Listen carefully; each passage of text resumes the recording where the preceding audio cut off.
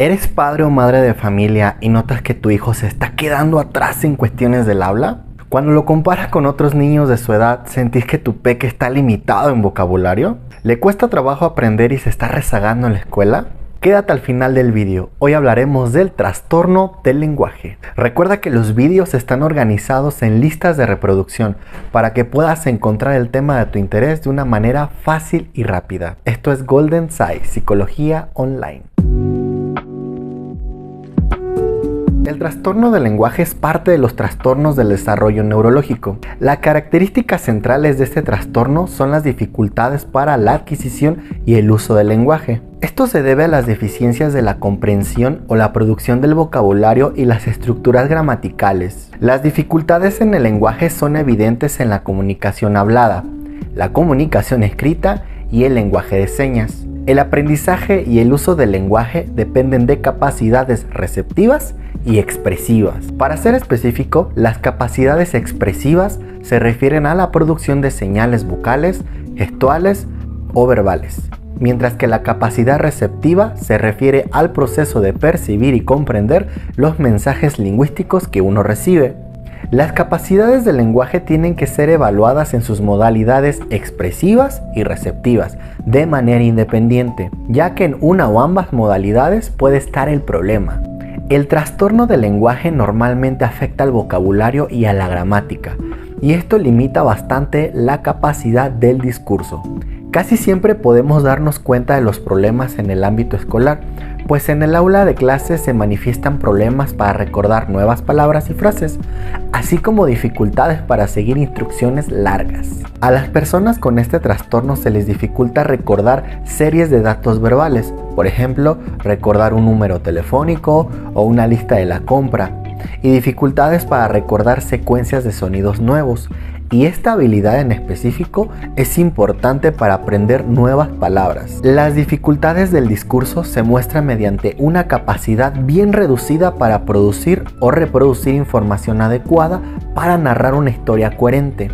La dificultad en el lenguaje se manifiesta por unas habilidades que se encuentran por debajo de lo esperado para la edad de la persona y que interfieren significativamente con logros académicos, desempeño laboral y genera inseguridad al momento de socializar. El diagnóstico del trastorno del lenguaje se debería realizar basándose en antecedentes del individuo, así como observaciones clínicas y en diferentes contextos, como la casa, la escuela o el trabajo.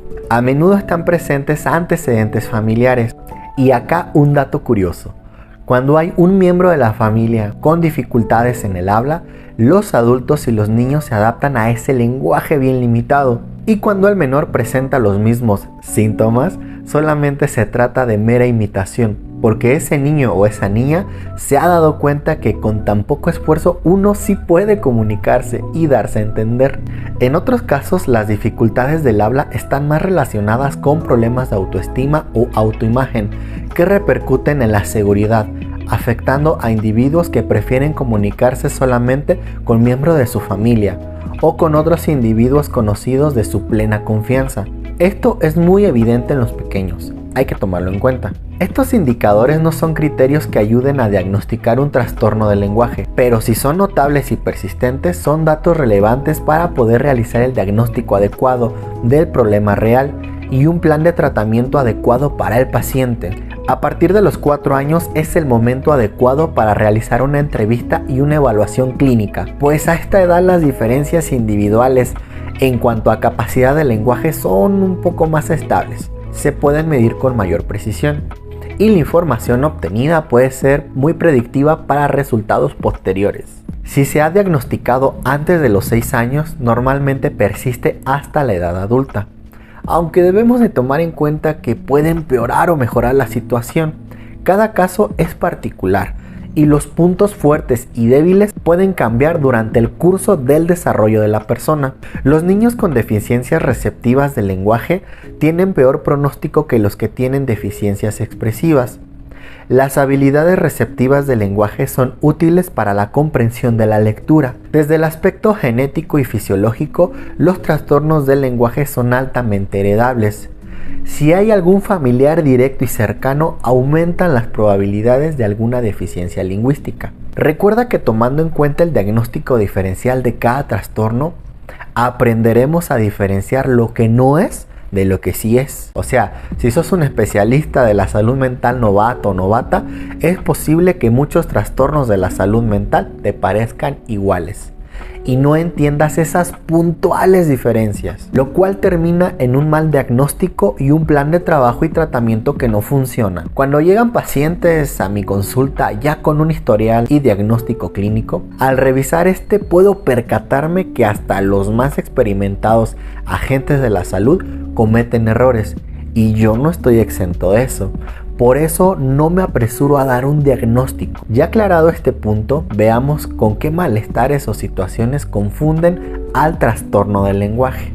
¿Recuerdas cuando os he dicho que el diagnóstico se hace a partir de los 4 años? Bueno, pues esto se hace porque hay muchos padres y madres que son unos impacientes y constantemente comparan el progreso de su hijo o hija con otros peques de la edad. Peor aún, los comparan con niños más grandes. Obvio que si tu hijo tiene 3 años y lo comparas con uno de 6, la comparación es meramente absurda.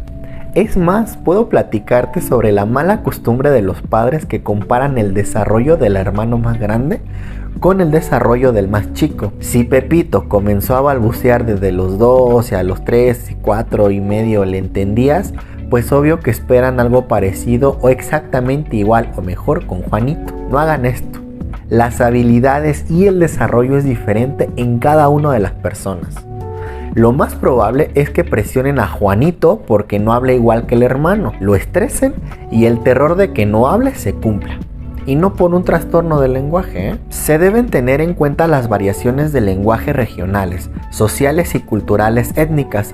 También es importante saber para la evaluación si el castellano o español es su lengua materna.